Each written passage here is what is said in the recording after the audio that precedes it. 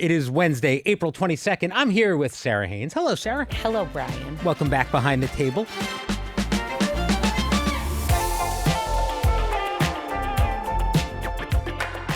We've had a great week so far, and you've got occasionally there's an issue that just gets to you, and I see it, and you just have something you can't hold back on, and whether it's the Epstein files and the victims of those cases, and this time you kind of turned it on someone I wasn't expecting.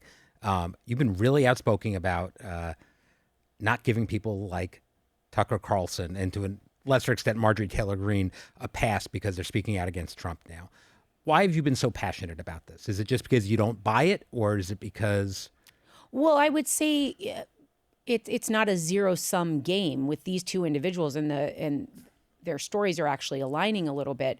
And the right is fractured right now because the far, far, far right, arguably the far, far, far left, is the horseshoe theory. It's coming around the sides type. That's hard to explain. But the far right is having some major voices speak up, like the Megyn Kellys, the Tucker Carlsons. Yeah. And then there are other conservative voices like Ben Shapiro who are saying, you guys, what is going on here? Is this party really going to be the party of anti-Semitic views? And I'm not talking about critical of Israel and Netanyahu. I'm talking blatant anti-Semitism where they have these theories. I think it was... Tucker, he labeled pro-Israel American Jews as Israel's informal employees. Yeah. When you're talking about any group, fill in the blank, I think people don't recognize it because this time it's about Jewish people, but this was never okay. Right. And right now, Tucker Carlson hosted Nick Fuentes, by the way, Nick Fuentes hates everyone. Well, we've been talking about him for years. He's a blatant racist. He's you name it. He's not a all redeemable those things. quality. No. Yeah. And Tucker Carlson, who used to be on Fox News, didn't push back on barely pushed back in a 2.5-hour interview with him. Not only did he invite him on, which I believe conversations need to be had, he didn't challenge him. He also interviewed Russian President Putin. And as we know, Russia's great with propaganda. He also did not push back on that. This could have been a great opportunity to use the skill set of the medium he used to be in and push back, but it was more of a glorified interview. He interviewed podcaster Daryl Cooper, which allowed claims that Nazis lacked intent in the Holocaust. I think they were very clear on their intent in the Holocaust. I don't disagree with that. So, you look at him and now he's saying Trump specifically is, I feel bad. I played a part in misleading people. No, Tucker, you've been misleading people forever. That's why you got kicked out of Fox. When they were election denying and he's on the side texting people in the White House, he hated Trump and was like, this guy lost. He knew it. But he'd go out to his millions of people he was broadcasting to and say otherwise. He's been duplicitous for years, and he doesn't feel bad about it. He feels personally wounded because Trump attacked him recently. And now he decides he has a thought. No. This guy, to me, Tucker Carlson is so severely dangerous because it's not someone even that believes what he's saying. You think it's calculated? Because I would say, oh my gosh, with Marjorie Taylor Greene, I actually am. I'm not 100% convinced, but I'm almost convinced that some of the changes in her are sincere. So in talking, and when she was here, she seemed very sincere. She's got. It's kind of like it again. It's not all right and all wrong. I think she has had an about face and really reassessed maybe the dangers of Donald Trump, and it really had to hit her for her to see. You think Tucker's calculated, knew the dangers beforehand? No, but I think Marjorie Taylor Greene is too. I pushed her both times she was here on the Nick Fuentes. Yeah, you did. Because there was a point where, again, this is a hard line to, like, I've always said, I'm not like a free speech purist, actually, but I do believe when people stopped inviting people to campuses because they had different views, who was deciding what the different view is? There's a difference between disagreeing on policy and issue and then literally troping in racism, anti-Semitism. Those people, why are we putting them on mainstream interviews? And if you do, you better challenge them. That's what the job of the journalist is. You just said something interesting. You said you're not necessarily a free speech absolutist in that way. Give me some more context on that. Well, for years, we were talking about when the cancel culture, of the early 2020s, I think, was happening. And people were like, They were canceling conservative speakers. And to me, that was dangerous. Having gone to a very liberal school, Smith College, if we were canceling people because they had conservative or Republican beliefs, that's a problematic cancellation. Right. If you're literally talking about Black people, Jewish people, women. Hate speech. Like, right. He barely comes up for air. Like, it's all hate. Mm-hmm.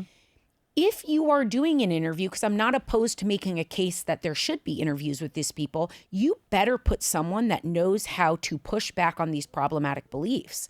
And Tucker Carlson has the skill set. He allowed for it because he wants the followers that Nick Fuentes has. Right. Those groypers. So he's shown us who he is and what he's allowing to be said. Megyn Kelly is similar. Well, we've been talking about this kind of MAGA fracture, this civil war in the MAGA world. I was talking to it about Alyssa. But the fact that a lot of it does seem based around anti-Semitism, yes. Is that kind of the core of it, in your opinion? Right now, well, for a while, we've seen the fracture happening when you saw the MAGA right break with more neoconservatives, mm-hmm. people that believed in small government, people that were not going to get on board with tariffs. There was already a fracture. This new anti-Semitic thing seems to have flared its head, sadly, after October 7th. A lot of this came back. It kind of flew to the surface. And it's been really sad to watch from the sidelines because as someone who has my heart and my soul have always been trained, when you're adding groups of people into a statement and mm-hmm. saying, painting with broad strokes, you can recognize that kind of hate wherever it comes up. The fact that if you inserted, with a lot of things being said about Jewish people, if you added Black people or gay people or women, people would be like, oh, you can't say that. Mm-hmm. Including you. Yes, including me. Yes. But when you say Jewish people, and I now am understanding some of the historical problems with anti-Semitism that have literally been around since the beginning of time, is Jewish people were the original targets of everything. I just didn't realize the pass it would get in polite society. It is kind of stunning. It is shocking. It's something that you've spoken about a lot on the show before October 7th, too. But Absolutely. Certainly since then, it's something that's come up on the show a lot more. And you've been talking about it. And I've noticed people reacting to it as well and being aware of it. Is it something that, does this come at all? Because people say, like, well, she's not Jewish. Where does this come from? And you don't have to be. Obviously, you're married to somebody who's ethnically Jewish. Yeah. But why do you think it's such a line in the sand for you? So I have a deep, rooted idea of right and wrong. And when I see something very clearly wrong, yes, I will be loud about it. And sometimes there is nuance and color around certain conversations. Sure. In the day and age we live in, if you speak to a certain issue, you're either pro or anti. Right. Sometimes there are conversations in between there, whether it's how you approach a movement, what you think societally will make the most change for an issue. And when you start talking about it and it's critical of a movement, people are like, she's anti. Yeah.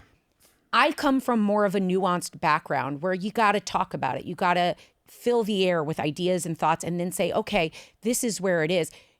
This isn't even nuance we're talking about. This is just blatant anti-Jew, and I'm going to say that, anti-Jew hate. I quote a rabbi who said, anti-Semitic sounds kind of academic and pretty. It's anti-Jew. Mm-hmm. And that's what we're seeing here. And again, when you said super racist things, over the years we've obviously seen that a lot in this country. But it got to the point where what we were addressing were more prejudices and microaggressions, maybe things people didn't realize they were saying or doing. While giving a pass to sweeping. Yeah, but like that to me is progress. When you're getting into microaggressions, you're coming down mm-hmm. to, okay, we know the blatant stuff is not okay. We're trying to now work around where it might still be But it does seem like up. there was a backtrack on this is now, like, I mean, I have friends that have shared comments they've gotten. Max, I'm not on X or anything, but he's shown me reactions that people have that have nothing about the thought that was being addressed and just come for identity, which we've seen for years. And it honestly enraged me. It has nothing for me to do with Max, considering he's so removed from so much of the culture. It's much more what I'm seeing outwardly among so many people that were on the right side of issues they saw as wrong before. Right. And who's speaking up for them? Right. No, and to your point, there is nuance in things like the war and everything that's happened. Yeah. And I don't think it's such a hard conversation to have, but it's important to speak out against hate and abuse. You've been doing this job for 10 years. Has it gotten harder to have these conversations? You think it would get easier? I don't know. Well, so funny. Like at the table, it's gotten easier over time. The chemistry, the dance we do is But easy. I mean, in the culture. The culture, in some ways, it is harder. But honestly, when inconsistency shows up in an issue like hate, when you see certain hate being condemned and certain hate being allowed, it gives you room to call it out. Right.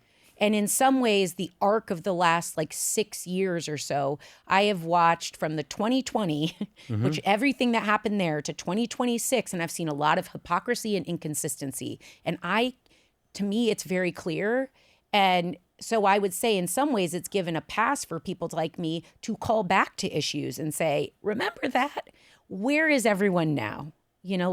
It does. Right, which doesn't mean they shouldn't have been out then. No, it should. But it should be, it's more like, right. How are we not all equally enraged at this and that? Because I see it very clearly, you know? So. Right. And of course, I have to say, Tucker Carlson has denied this, saying, of course, I'm not an anti-Semite. All right, well, we started on a heavy note today. I know. Yeah, you didn't cry. No. That's good. Let's not talk about Sky King again. Yes, I like the angry Sarah. Angry Sarah's in there Angry too. Sarah's in there too. All right, I'm going to change hot topics for a second. Okay. A federal appeals court is upholding a Texas law that required public schools to display posters of the 10 Commandments into classrooms. We almost did this on the show today. Maybe we will later this week. You've been open about being a fairly religious person. Yeah. What do you think of this? No, I don't believe the 10 Commandments has any place in the school. And a lot of that is because, to me, my religion, my faith is so sacred that it belongs in like-minded communities where it can inspire you to live a certain way. It can be the message that you teach at home. But school, this is the church the state, separation of church and state that really irks me. You always have to wonder, what if it was someone else's faith or someone else's belief system and you didn't agree with it? Right. You always have to put yourself in other people's shoes. And I think the scary part is right now, there's a lot of craziness in the world. We're looking at Iran and a lot of the dangers of that regime and things. There are places like this that run in extreme, and I want to clarify that, extreme theocracies. It's not just a different religion. It's an extreme version of that religion, the extremists running the regime. You have to imagine, just because you believe in the 10 Commandments and you look at that wall, swap it out. Do you want to live in a place that church informs how we legislate and how we do our politics? I don't. Right. And it does seem like in this current administration, it does seem like there's an emphasis more on religious mentions, moments, Pete Hegseth in the military. Yeah, because President Trump was reading the Bible yesterday. You know what's hard to fight with? Yeah. Saying God's behind me. Yeah. When you fight with religion, it can be so scary. That's why we also look at ideologues, some of the danger of terrorist organizations, jihadists specifically, is they're doing that in the name of a God. That almost takes away... It's not a fair fight then, because if death is conceded as a martyrdom or an honor, how can you fight on that? Right. When you're making big political decisions in the U.S. and saying, well, God's got my back, most clear-headed, clear-sighted people recognize the walk you walk in life is way more important than what you say, because that's really what Jesus in the New Testament was all about, is show me, don't tell me.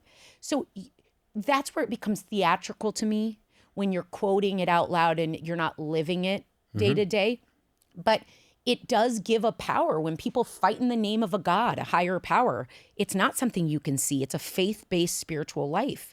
Tim Alberta talked about it on the show when he said the evangelicals, I'm forgetting the name of his book, but the evangelicals had started to see Trump as a bit of a coming of Christ. And when you start to view it through that lens, there's no winning. No, because you've lost logic, you've lost reason, you've lost facts. And so I think I don't like especially with how religion's being used right now, I do not like it being pushed into the schools. I will take care of my kids' spiritual growth. My church and my church family will take care of my spiritual growth. When they go to school, I want them to soak in like sponges the diversity of the world, the differences of the world. I don't want a thumb on the scale. I want it to be pure education, academics, no faith. The book title was The Kingdom, the Power, and the Glory. Yes. It's interesting you're saying that. So, I mean, it is funny how we evolve past our parents as we get older, and or not past necessarily, but aside from our parents and things like that.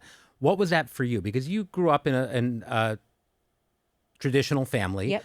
Then was it college? When did your viewpoints start to open up, change, and expand a little bit? So I probably was. I definitely think it started younger because I remember my parents never outwardly said this is wrong and this is right in a biblical way, but you kind of just understood it. Sure. We went to church every Sunday. We were in the choir, all that stuff. So I remember when I started going to elite sports camps, I would meet people who were gay, specifically women who were gay. But I remember my parents not saying it, but me kind of knowing what I was being, I'd never asked someone outwardly, but understanding in the church world that maybe that wasn't right. And I remember at like 13, I think I was 7th grade, thinking, that doesn't track for me. Right. What I feel in my heart and what I pray about and all the parts that I love about, something's not tracking here. So I remember starting to break, not openly with my parents, because I never had an outward conversation with them till years later when my brother came out. But so I was already starting to hone in on things that didn't make sense to me. College would be the big years. And that was almost because, oh my gosh, there are so many people that are different that when you shake it up and there's no homogeny, which was Smith, you can't ride on the comfort of just the norms. No, I feel the same way. I mean, it's important to me, and I my oldest daughter is 14 now, and we're starting to talk about, oh wow, she's going to be going to college in a couple of years, and I would like her to go somewhere outside of New York. I just think it's good to experience a different place with different people that aren't necessarily the people you're surrounded with growing up. It was huge for me. It was so important for me. And I just went to Pennsylvania. Yeah. But I think that it's important to just step out of what you know and expand a little bit. And it changed a lot for me. Yeah. It changed a lot for me. So, I think that college is primed to do that. Yeah. I think which so is too. why I want to keep universities and colleges really open-minded. I do too. About that's where conversation should happen. That's where people should feel a little uncomfortable, not because they're being treated differently, but because they're being asked questions and having to think about things that they didn't before. Absolutely.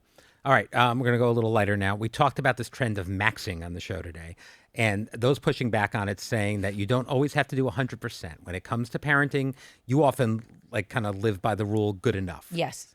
Explain what you mean by that. So I'm quoting a famous written work called The Good Enough Mother. And when I first became a parent, my brother actually shared it with me. And I think I was probably in the throes of my postpartum depression, but I remember crying about feeling overwhelmed. And my brother said, have you ever seen this? And he sent it to me.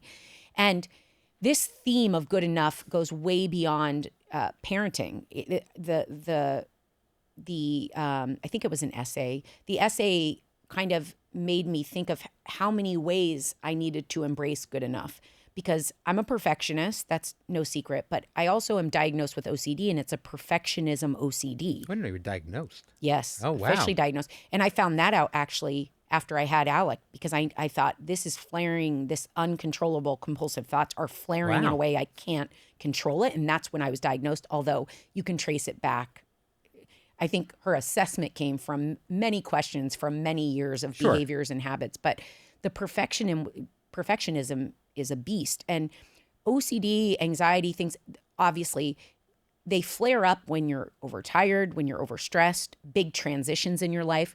There are still days where I go to put something away and I'm lining labels and I'm feeling this and I have to say out loud, it was good enough. And I have to walk away, because whether it's parenting, whether it's anywhere you're overshooting, it was often good enough. Right. We're getting lost in compulsive thought cycles. And so I love this half-assing, because as a rehabilitated perfectionist.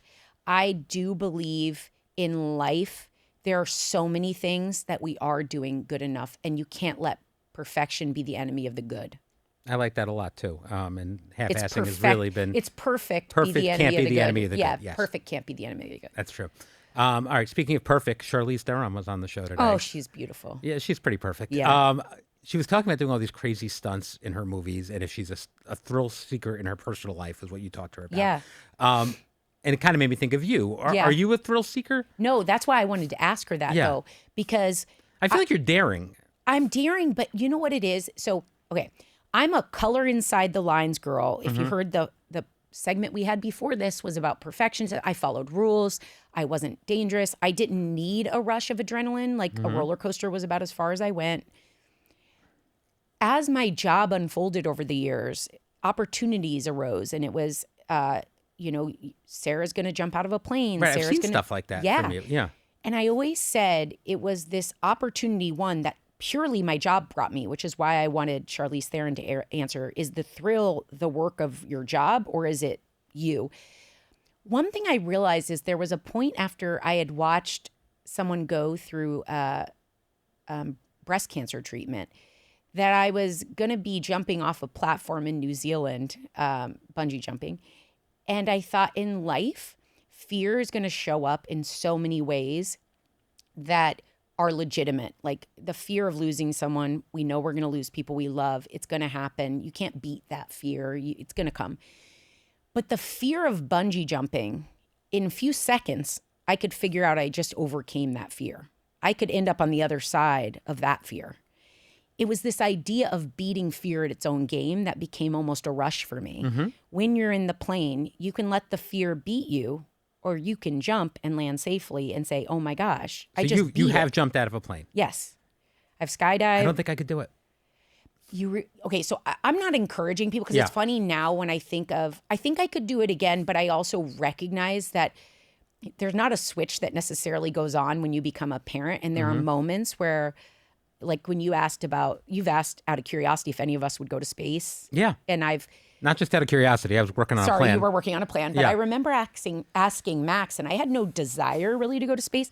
But then when Max worded it like, the risks, it took like 2 seconds to catch up with him. And I was like, oh, shoot, I would never want to do something irresponsible at this point in my life with kids. So you almost have to take that out of the equation. When I was working on this plan, because I mean, people at ABC have gone into space. Michael Strahan went into space, and and it's not the moon, but it's orbit, it's space. And I was wondering about it, and then I was thinking, like, all right, one of the hosts did it. Maybe I'd have to go too to be a producer on it. And I talked to my wife and daughters about it, and they did not like the idea at all. Yeah. But I think I'd really want to do it. I think that's something I couldn't say no to, even though I'd probably be sick the entire time and miserable. I think you couldn't say no. I do see this about you, because the opportunity, the rush, the story for the rest of your life. Story for the rest of my life is a big part of how I make decisions. Yeah, I feel like you'd probably have a T-shirt or a pin that you wear, letting people know in case they didn't ask that you had landed in. Do the podcast from space. Yeah, it would for sure. I could get a spacey. I think I am not as tempted to do that. For personal glory. I am not as tempted by the personal glory of the space mission. But I would continue to do fun things where I've assessed that they're relatively safe. Relatively safe. Other than stupid. I would never free climb like Charlize Theron did in this movie. That's incredible. When you see this movie, by the way, I love a thriller. I love a horror film. This is a good one. That's really good. Yeah. All right. I found this on Threads the other day, and it made me think of you guys. I wanted to see how you could do. This woman wrote a relationship thing. So I've been talking to this man for months after he put gas in my car. That's literally how we met. We really hit it off, and we've got a date tomorrow, and everything is so exciting and cool, except for one small detail. He told me his name already. I forgot it. He's been saved as gas in my phone this entire time. Now I need help. What's the smoothest way to figure out a man's name without straight up asking him again? I thought you'd be good at this. So pretend I'm the guy. We're on the date. You don't know my name. How would you figure it out? I would literally tell you exactly how I have you in the phone. Oh, really? I would say... I spent a lot of time thinking about this on how I would do it. I would not... Okay, so this might not be a great example because I think it's a great way to start a date with the most authentic thing, which is you're gonna I don't know what you're gonna think of me on this, but I was excited to see you again. Right. I've told all my friends. Oh, that's sweet and sincere. That would work, I guess. Well, I would say I've told all my friends about it. I'm so excited. You're going to die when I tell you this next part, so please don't judge me. I forgot your name even though you told me, so you're in my phone as gas. See, I would try to be slick. I would do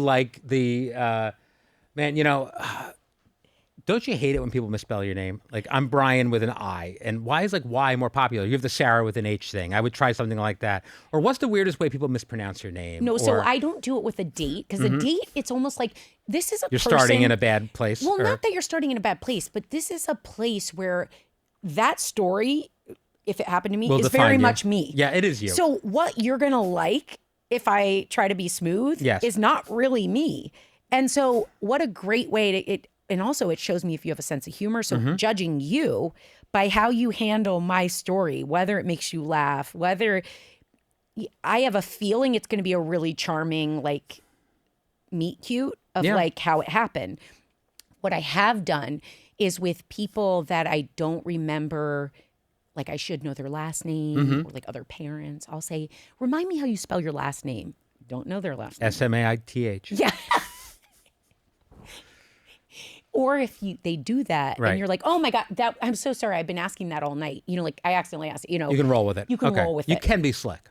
I can be slick. And being slick matters more when I'm like, I don't want this person to be offended that I literally just have these complete blind spots of names. I agree with you. You need to be authentic early on in a relationship. When I was dating Heather, I may have told this story since I'm out of stories on the podcast at this point. I'm turning into now Joy. Now that you're at the Webby place. No, I've got 5 stories like Joy, and I just keep recycling them. But this one, on one of our very early dates, we went to Six Flags. Okay. And it was when they had, I don't know if they still have it. They had an outdoor safari.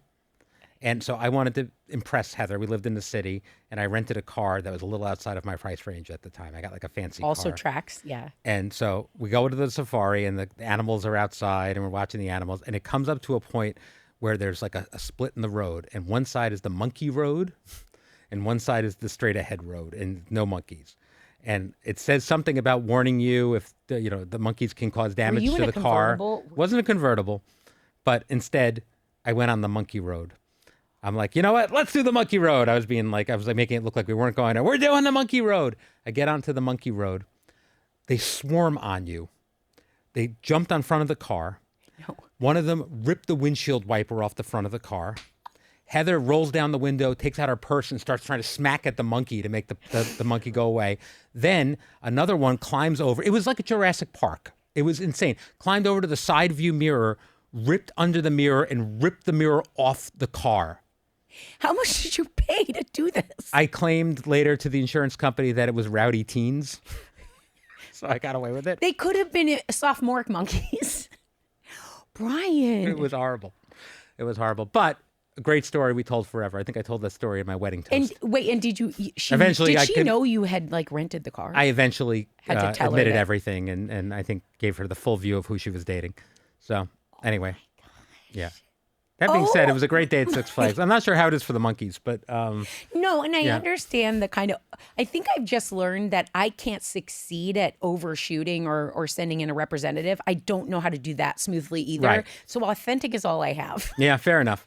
I can't keep it going fake for very long either. No, but you do it well. At least you take a bold step. If I did that, I have done this where I try to be sexy and I bump my head on the top of the car. Sure. Or I tried to do this Baywatch surfing thing in a segment. And every time I went to duck my head, I was hitting myself with the surfboard or skating. I started bleeding.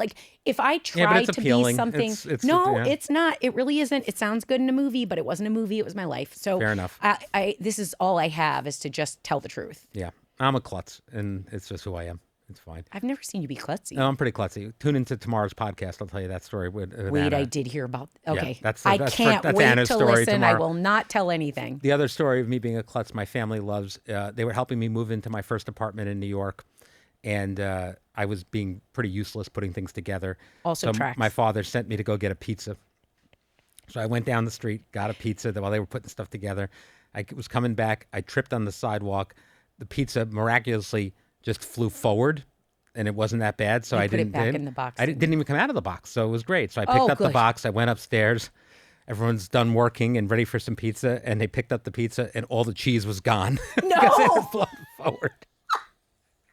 And I had to admit that that's what happened. I'm surprised you even admitted then. I could see you lying. Like, this pizza place is crap. Yeah, I should have gone for that next Yeah. time. All right. That's all the time we have for today. Thank you, Sarah. This podcast was good enough. It was good enough, right? It was good enough. That's all we're aiming for. There Half-ass. you go. Exactly. Half-assers everywhere. Exactly. Tomorrow I'll be back with Anna Navarro. Stay tuned for another humiliating Brian story, and we'll see you then.